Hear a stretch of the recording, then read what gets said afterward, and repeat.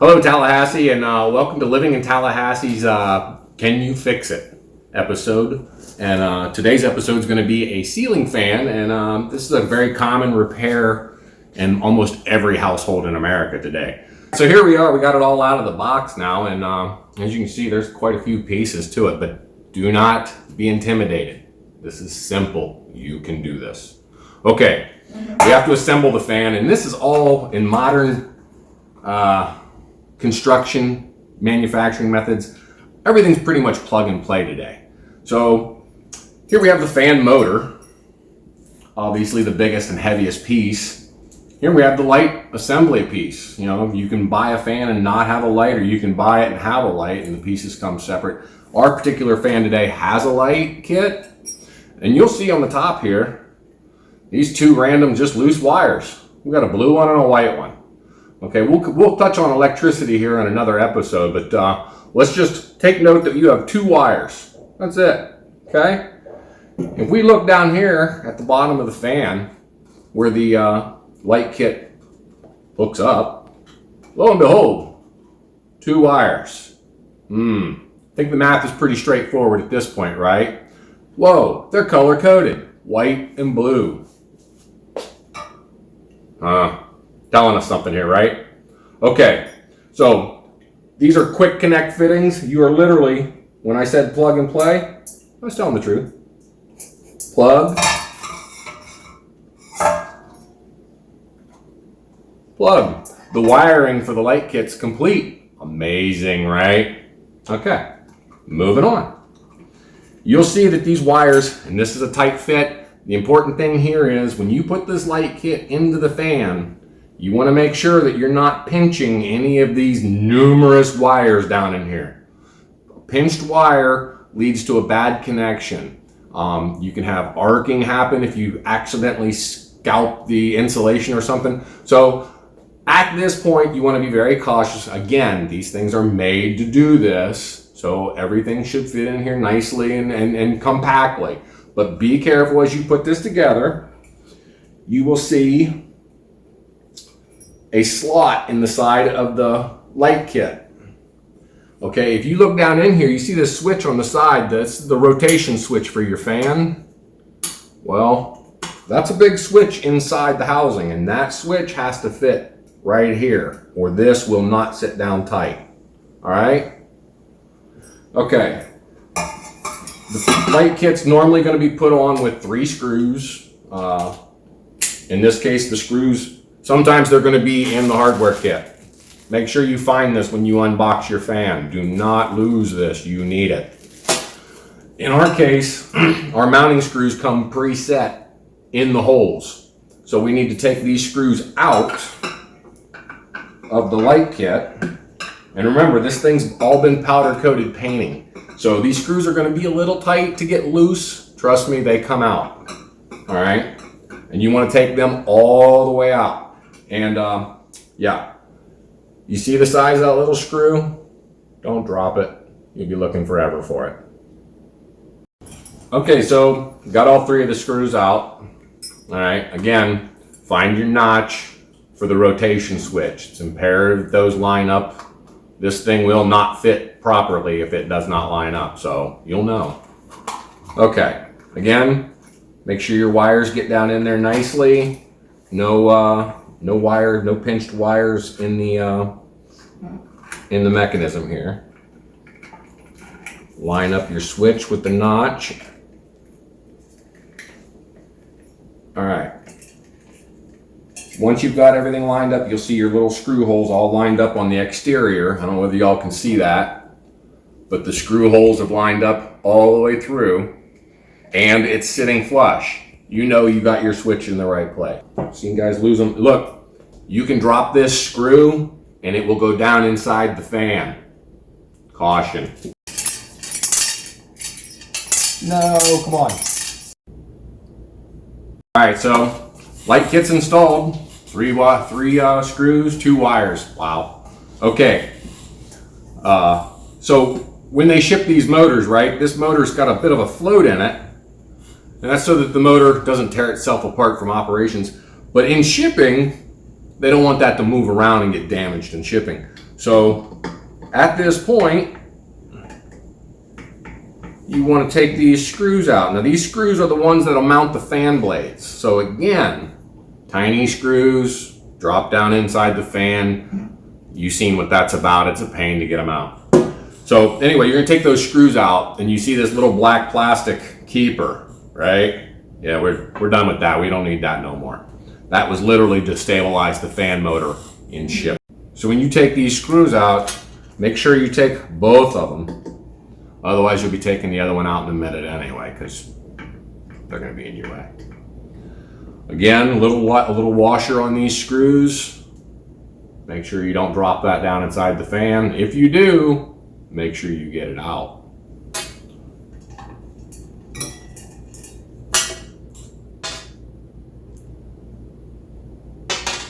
All right, so now it's time to install the fan blade connectors, these steel brackets. These are the arms that are going to hold the actual fan blades in place. You can, if you're so inclined, go ahead and mount the fan blades on here right now and do the whole piece out here trying to hold it. Me, I don't know. I like to hold the little piece, put this on, and then add the blade later. Just makes it easier for me to hold on to it. But you do you. Okay?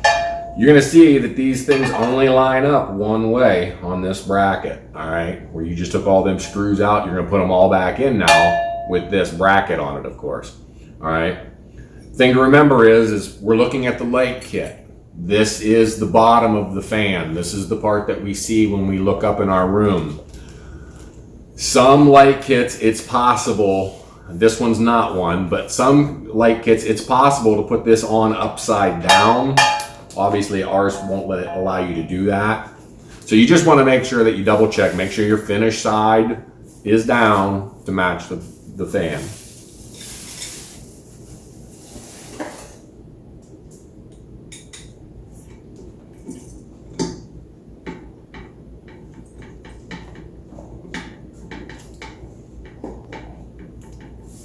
All right, when you put the screws in, just snug it up to start with, because you're gonna need to move this fan blade attachment a little bit to get the other hole lined up, so don't crank that down yet.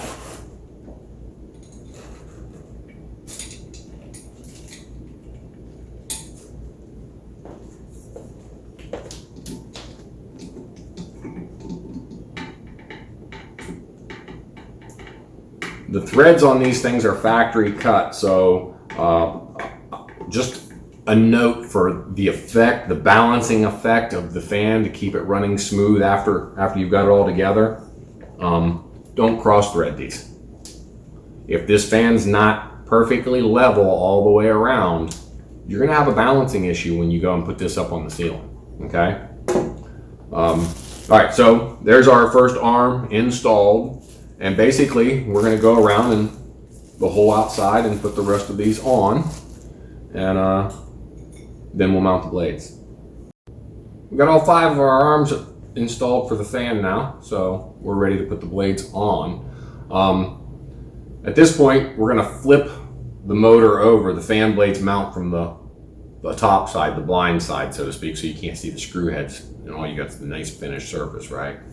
So carefully set your fan over like that, and it should, obviously we're not putting the glass globes on because we're using the light is actually holding the fan right now. So leaving the globes off, grab your fan blades.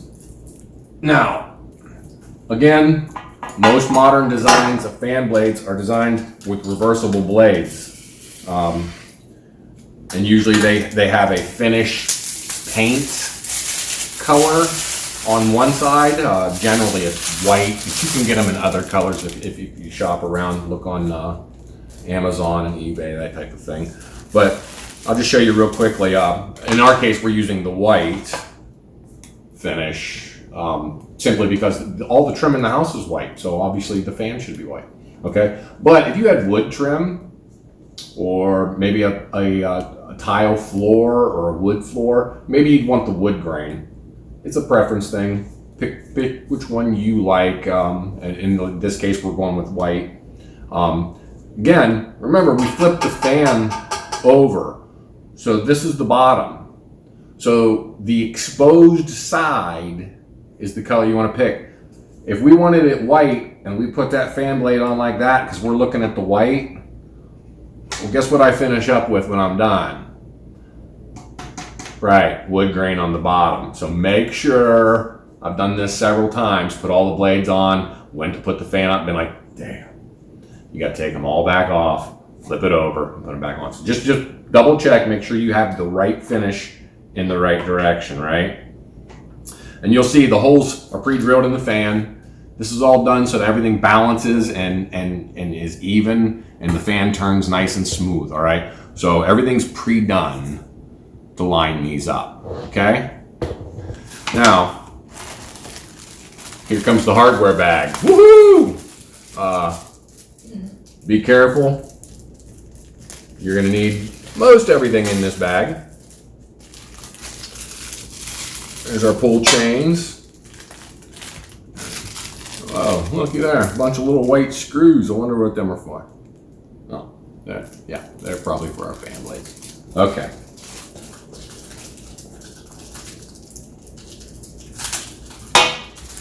Again, you need every one of these screws. They're very small. Be careful. Okay, you're gonna have something that looks like these, right? And these are basically washers to quiet, so that we don't hear the squeakiness that if the blades would happen to slip or move a little bit, that this A will prevent that from happening, and B will quiet everything down. It's not a metal washer, it's a fabric type washer, okay? Just peel one off. Slip it over your screw. Again, checking your finish, make sure your finish side is correct. And again, I'm going to make it important that you understand that these, you don't want to cross thread these. All right. Okay, so I got one screw on. I always start with the one closest to the fan motor just because it holds the fan blade from tipping off and falling. Again, another screw, another washer. And we're going to go around and we're going to do all 5 of these fan blades just like this. Okay, so now we've got our fan assembled. Last thing is to put the down rod on it so that it hangs the appropriate distance from the ceiling. These fans are designed, they can be a flush mount. You can be right up tight to the fan, or 4.5, in this case, a 4.5 inch down rod. I showed you a picture earlier of one that's got a 4-foot down rod on it. Again, that's why they put so much wire out the end of this fan.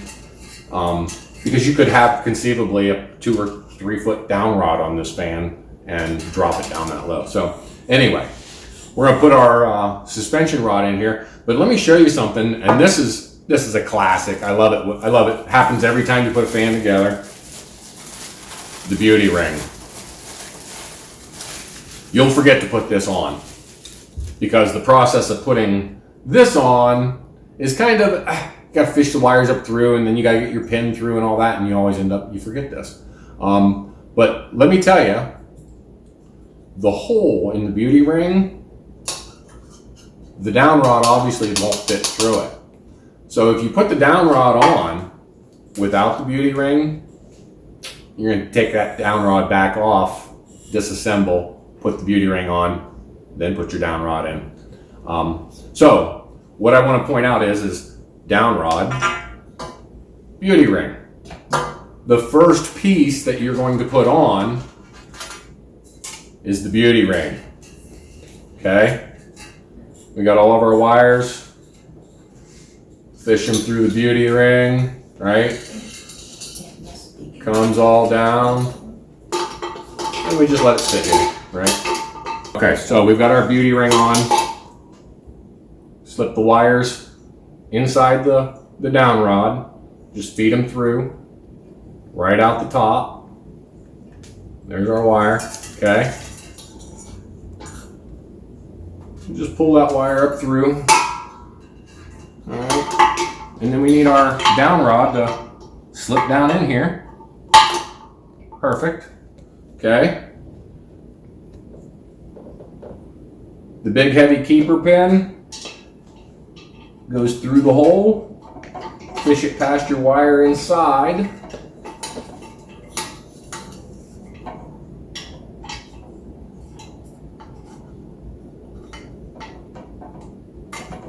And out the other side.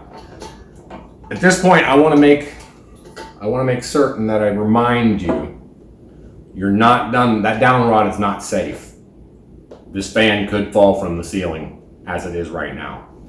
That little pin, and I hope you can see it. I'm gonna hold my hand up behind it so you can see it. That little pin is imperative to keeping that locking pin in place. So do not forget to put this back in. Okay? You'll have a headache someday if you forget it. Okay. Our safety pin's installed. Beauty ring's on. Okay, Tallahassee. So here's the culprit fan that we're removing and replacing today. Obviously, you can see this is white fan, 4 lights, pretty straightforward.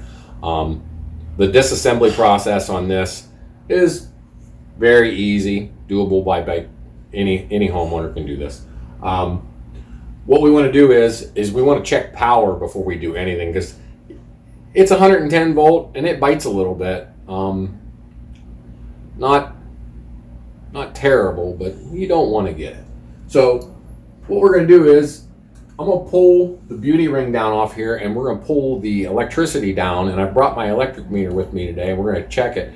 And we know the power's on right now, by the way. I already know it's hot. But what we want to do is we're going to isolate it so that we can find the right breaker and make sure that we shut the breaker off to it. A lot of times you can do this on a fan. If the motor quit, flip the light switch on and see if the light still works. My helpful assistant will flip that light switch. Whoa, the light works. So look, this is going to be really, I don't even need my electric meter. I'm going to leave that light on, and I'm going to go out to the breaker panel, and I'm going to flip the breaker till this light goes out. We'll be right back. Okay, Tallahassee, we've got our lights out. We found the correct breaker and shut the lights out, so we know our power is off. If you don't have an electric meter, this is another way of being sure that you shut the power off. If you cannot verify it, then don't trust it. Always bring your electric meter. You never know. So we're gonna have it here, and I'm gonna test it just because it's the right thing to do, but I'm pretty confident the power's off. Okay, we're gonna start. This is the beauty ring. This is what hides the wire connection at the ceiling so that it looks nice and pretty at the finish, right? So we got to start there and take this off. And that's okay. Beauty ring is released and it's just hanging here now, right? And the boxes are tight. The electrician knows that, and he lands these wires in just such a way that as he is installing this fan, he is not pinching, kinking any of the wires. He's making sure everything stays inside this connection point, and this will allow that beauty ring to slip up on there easy and hide your wire connections and so forth. So, all right, and I've got in my pocket, wow, looks vaguely familiar, yeah? Yeah? Okay. So this is the new mounting strut for the ceiling fan. I just wanted to show that to you because you see how it's open on this side. You got this round base and it's open on this side. I'll show you in a minute why that is. This is nicer than sliced bread. You see 4 screws over here, or 2 screws over here, 2 screws over here. These are the same screws that we just took out for the beauty ring up there. On this particular model, instead of having them opposed, they've got 2 and 2 at the sides. Make it a little easier. You won't be reaching around the back side for that third screw. All right, we got the beauty ring on off up here. And I've got these wires pulled out to the side, and I want you to see, we've got, and I hope you can see this, we've got a white wire to a white wire in a red wire nut. We've got a black wire to a black wire in a red wire nut. And then, whoa, we've got a blue wire in a red wire with a red wire nut. What's going on? Well, you remember when we built the fan, the new fan, that we had a black wire that fed the power to the motor, and we had a blue wire that fed a power to the light, okay? So right there's our black and our blue, but why is it hooked to a red wire? Okay, the answer to that's pretty straightforward. The electrician, when he wired the house, pulled this circuit special to have 2 hot legs to it. So it's a special wire. It's 3 wires with a ground instead of 2 wires with a ground. That wire's hot, okay? It was done that way on purpose. It's color coded, so you know when you open that, whoa, there's not, a hot, a common, and a ground. There's 2 hots, a common, and a ground. Okay? So I just wanted to point that out, that the blue wire is hooked to the red wire. That is correct. The red wire is the house wire. That's what's inside the walls. The blue wire is what come with the fan. Okay? That's the only difference. The two can absolutely be together. In fact, they have to be together for the light to be on a separate switch.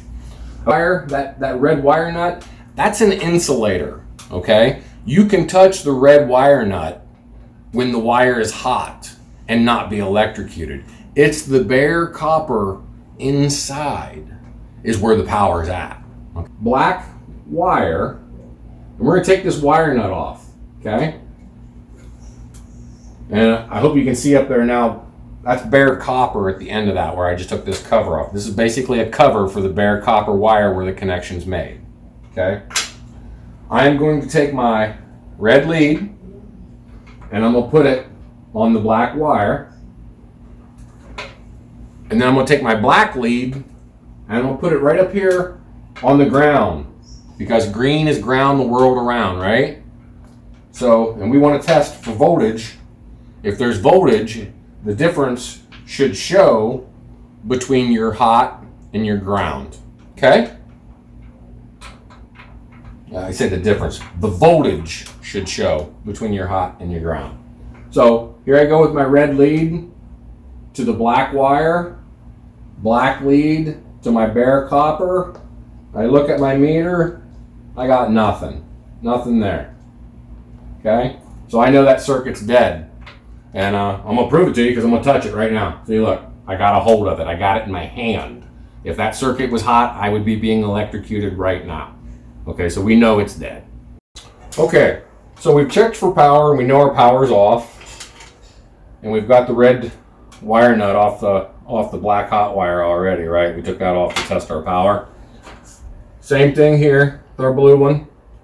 Let's pull that off. We can disconnect these wires. So we're done. All right, so we got all of our wires are disconnected up in here. Now here's the fun part, guys. You think to yourself, oh Lord, this thing's got some weight.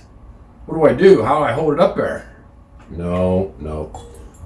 Remember how we had that opening on the ball side? See the rounded end of the rod? That's it. It sits up there. Okay? So I'm gonna take this down, out with the old fan, and give me a couple minutes. I'll be right back with the new one. Okay, Tallahassee. So mounting brackets, and I showed you the new one that goes with the new fan, and you can see these things are almost universal. Almost. You're questioning yourself, do I have to replace that one and put this one on? Yes, you do. The reason is the screws for the beauty ring. If you remember on the old fan, they were set at 4 corners. With the new beauty ring, they're set 2 to each side, right? So your screws on your beauty ring wouldn't line up. So the answer, the short answer is, yeah, you're probably gonna have to replace the mounting bracket.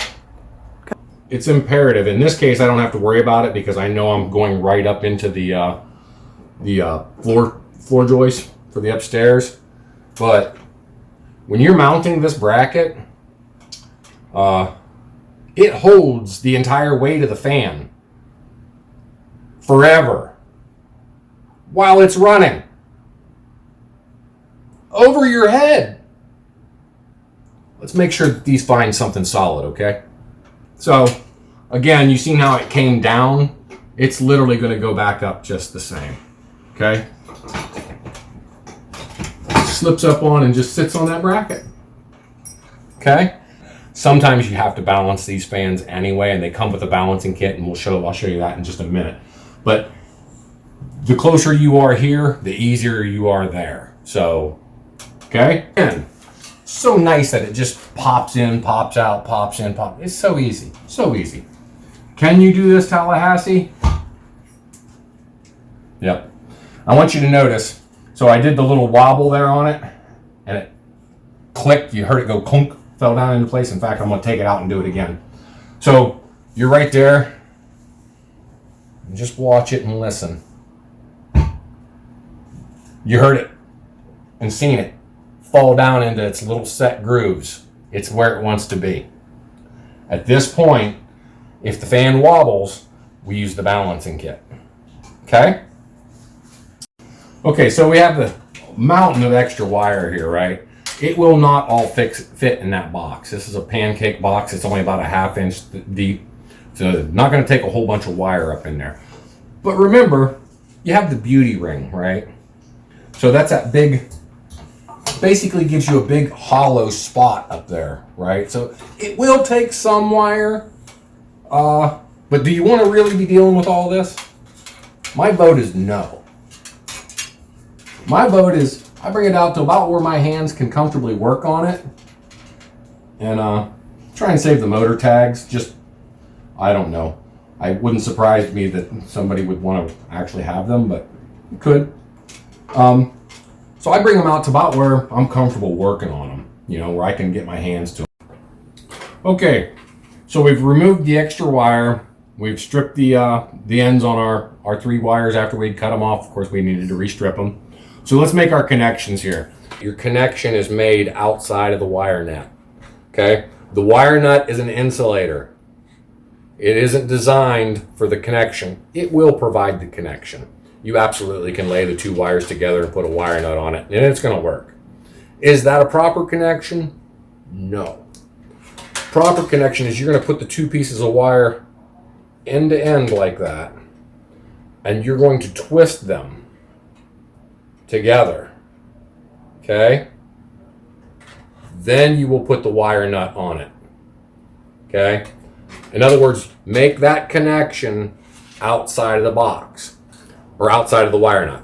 And you say to me next, well, Dan, one of those wires is solid copper and it's not going to wrap real pretty like that. You're correct. It's not. I still want you to make sure that you have them butted evenly here. The reason is, as you apply the wire nut onto the solid copper wire, if you're not even here, it's going to push the stranded wire out of the connection because the inside of this wire nut is telescope. And it's a telescoped little wire inside there. And if these 2 aren't even when they go into that telescoping, the one further down is just going to get pushed out and you won't have a good connection. All right, well, I'm going to show you how to screw in a light bulb. How's that? All right, just joking, really. These are LED bulbs. That's pretty much the industry standard now. Okay, well, we've got our fan up. Lights are in. Wiring's done. Looks like a finished product. We snapped the breaker back on. I guess there's really only one thing left to do. Let's turn this bad boy on and see what happens. Pling!